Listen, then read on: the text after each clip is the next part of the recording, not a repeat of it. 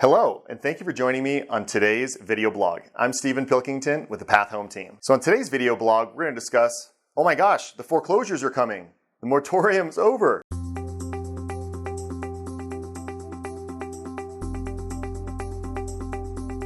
All right, so now that we got a little excited there, what's the reality of the foreclosure moratorium ending and the forbearance amount that we currently are sitting on in the United States right now?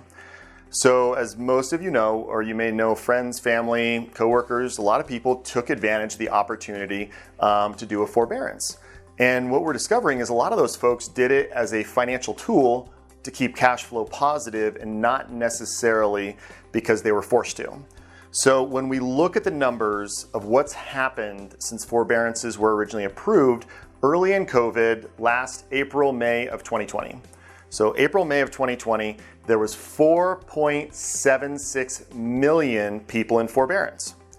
Now, when you think about the fact that there's about 1 million homes on the market nationwide right now, thinking about 5 times the active inventory being in forbearance, that's kind of scary. Yet you look at what about as we progress further in time.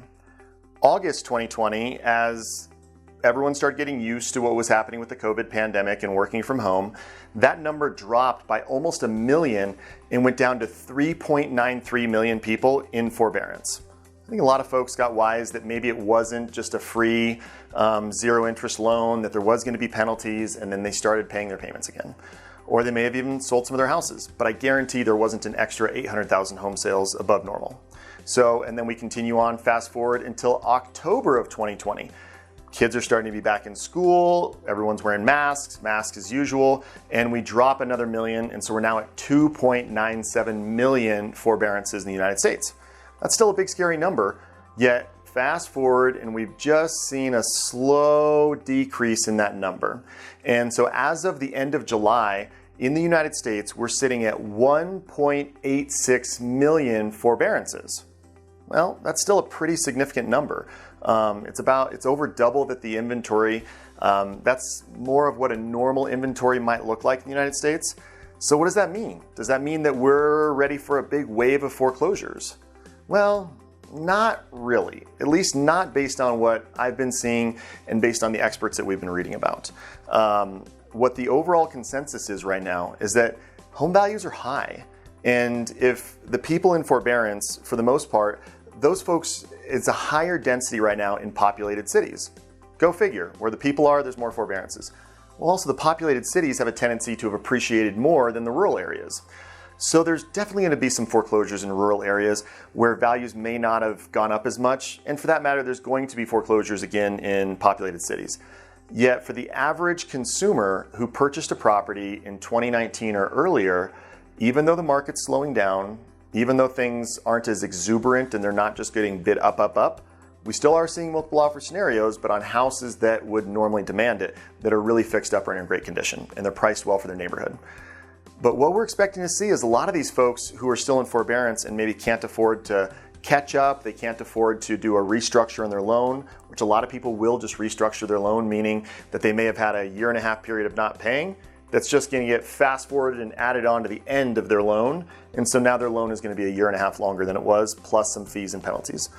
Yet most folks nationwide, they're up anywhere from 10% to 20, 25% in value since 2019.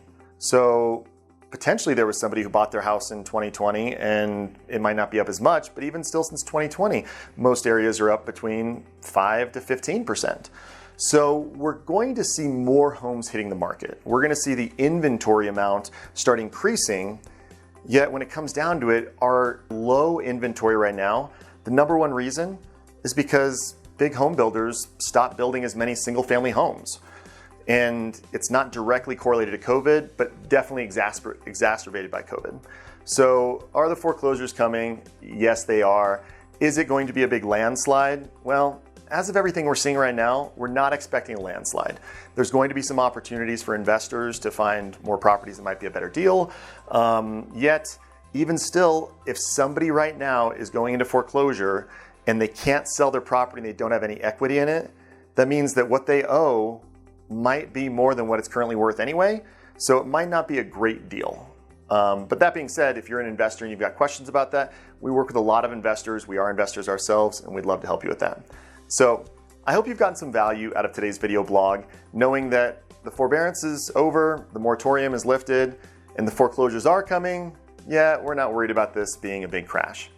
So until the next video blog, stay safe, stay healthy, and I look forward to seeing you next time. Have a great day.